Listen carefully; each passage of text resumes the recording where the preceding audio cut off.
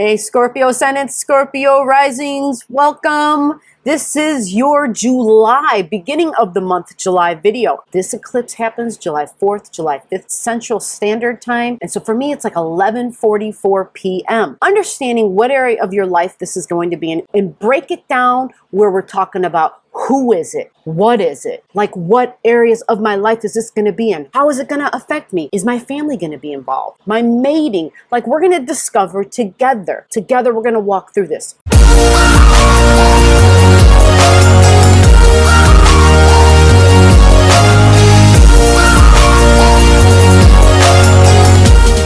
I want you to think back. Let's pretend you don't have a chart and you don't know crap about astrology. This is what the planets are. They move, and we know how they move. We know the timing of their movements. They have cycles, just like the weather. That's why we always say follow nature. What you see here is an expression, is a mirror of what's going on up there, which is who we are, right? There's the macroverse, and we are the microverse, literally within each of us. Scorpio Ascendant, Scorpio Rising.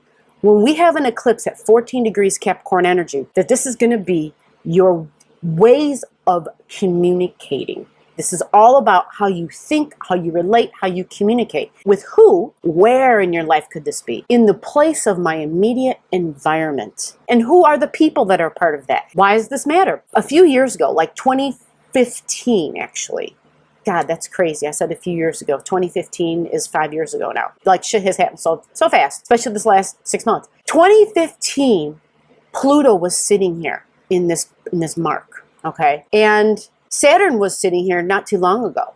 You know, Saturn was at this mark like 2 years ago. So this area of your life has been going through major changes. Now, it's the way you talk. It's the way you think. So self-talk, the conversations that go on in your head of how you think about others, the way you relate has everything to do with how you think. Okay, and so when people meet you, they talk with you, everything comes down to your ability to speak or not speak, your ability to say something and the way in which you say it, but the timing in which you say things is just as important. A lot of times we're always hearing, it's not what they said, it's how they said it, right? So the how is a big deal. Well, when we dive into this third house, it is people who are in your immediate environment. Well, that's a big bucket because where you live, who you live with, they're in your immediate environment. So when we talk about, is it strictly just in my home? No, it's literally your next door neighbor. You know, you look out the window, oh my gosh, it's so-and-so's again. That's who's screaming, or that's whose dog is barking. It's your next door neighbor. Now, when we talk about, what about when I leave my house, right? So yes, it could be coworkers. When we talk about people that you go to every day, you go to the grocery store, you see the same people. These are folks that are in your immediate environment. So these can also be people that you network with. Network as in I want to try to get something, I want to try to do something, there's something that I want to talk and relate about, so it's networking, right? And so remember people, that third house is social media, it is the internet.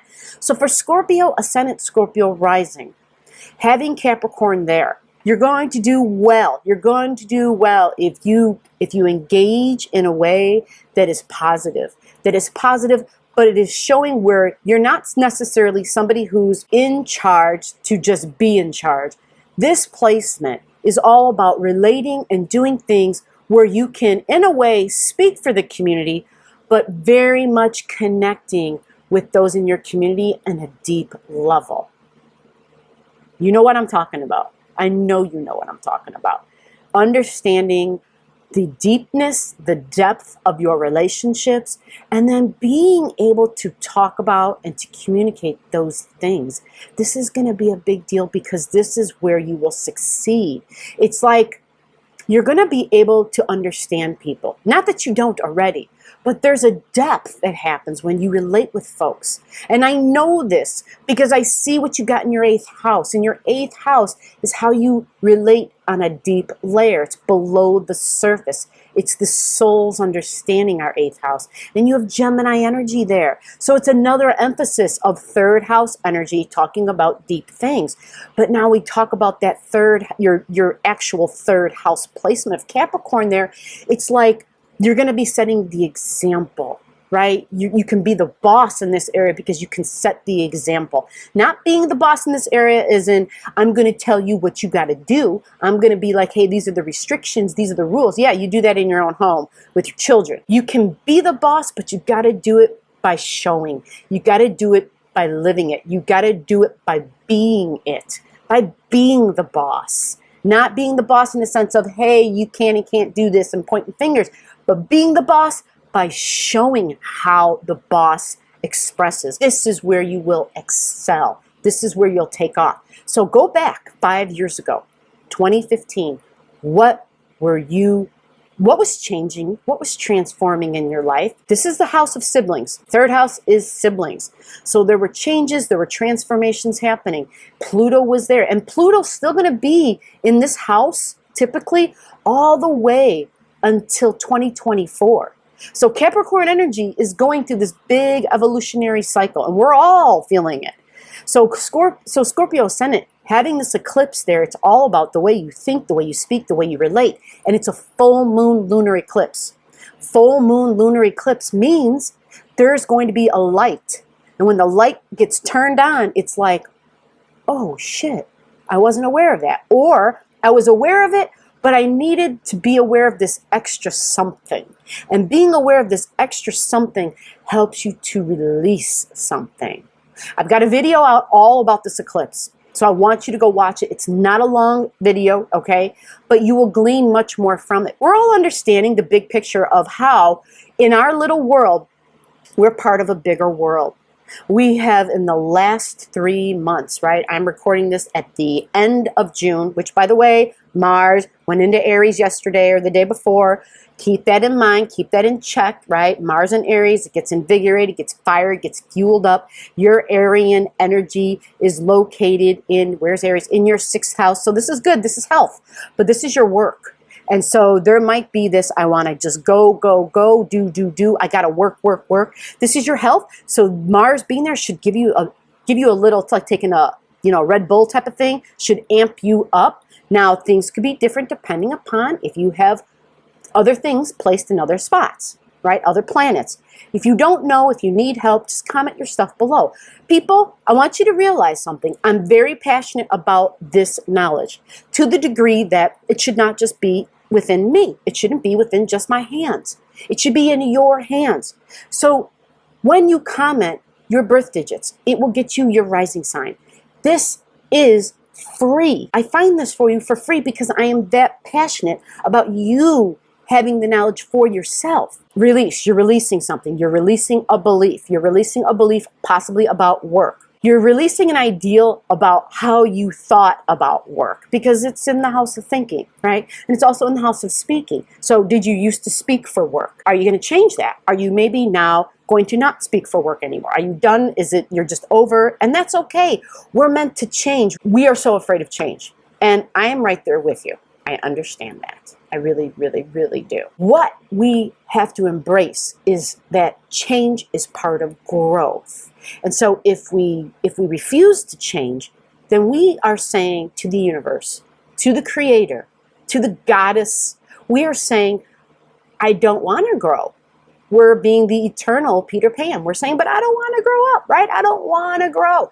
And that's okay if that's what you want to do.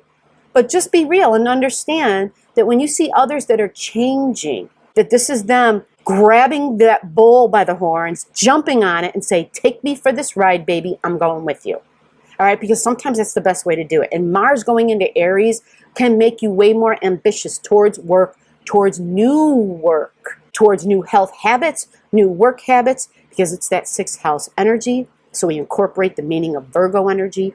So there can be some new work coming. Now, Mars is in this placement for you, in your house of health, in your house of work projects, in your house of job for 6 more months.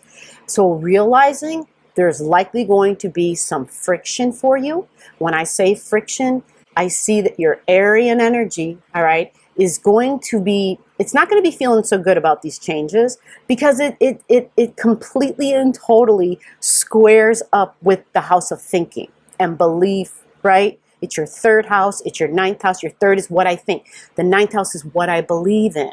All right, so when Mars gets to that 6th house, because it's saying, hey, I want to start something new. Let's do something new. Your 3rd house is going to resist it. Your 9th house is saying, I don't believe it. So just understand that. Like, this is the universe saying, this is the code. This is the special language. Do you want the special language? Do you want the map? Do you want to see the frequency grid? Because these are the backdoor information. This is it. Saying to you, expect for there to be doubt. Expect to be challenges to the way you think. Expect for there to be challenged the way you talk and you relate and you communicate. This would mean with siblings as well, which means if you were getting along with siblings like beautifully before, there might be a little bit more friction, right? And so yes, this could happen for 6 months. It just depends, baby, if you've got planets in either, you know, your 3rd or your 9th placement, okay? And if you don't know and you want to know, comment your digits below.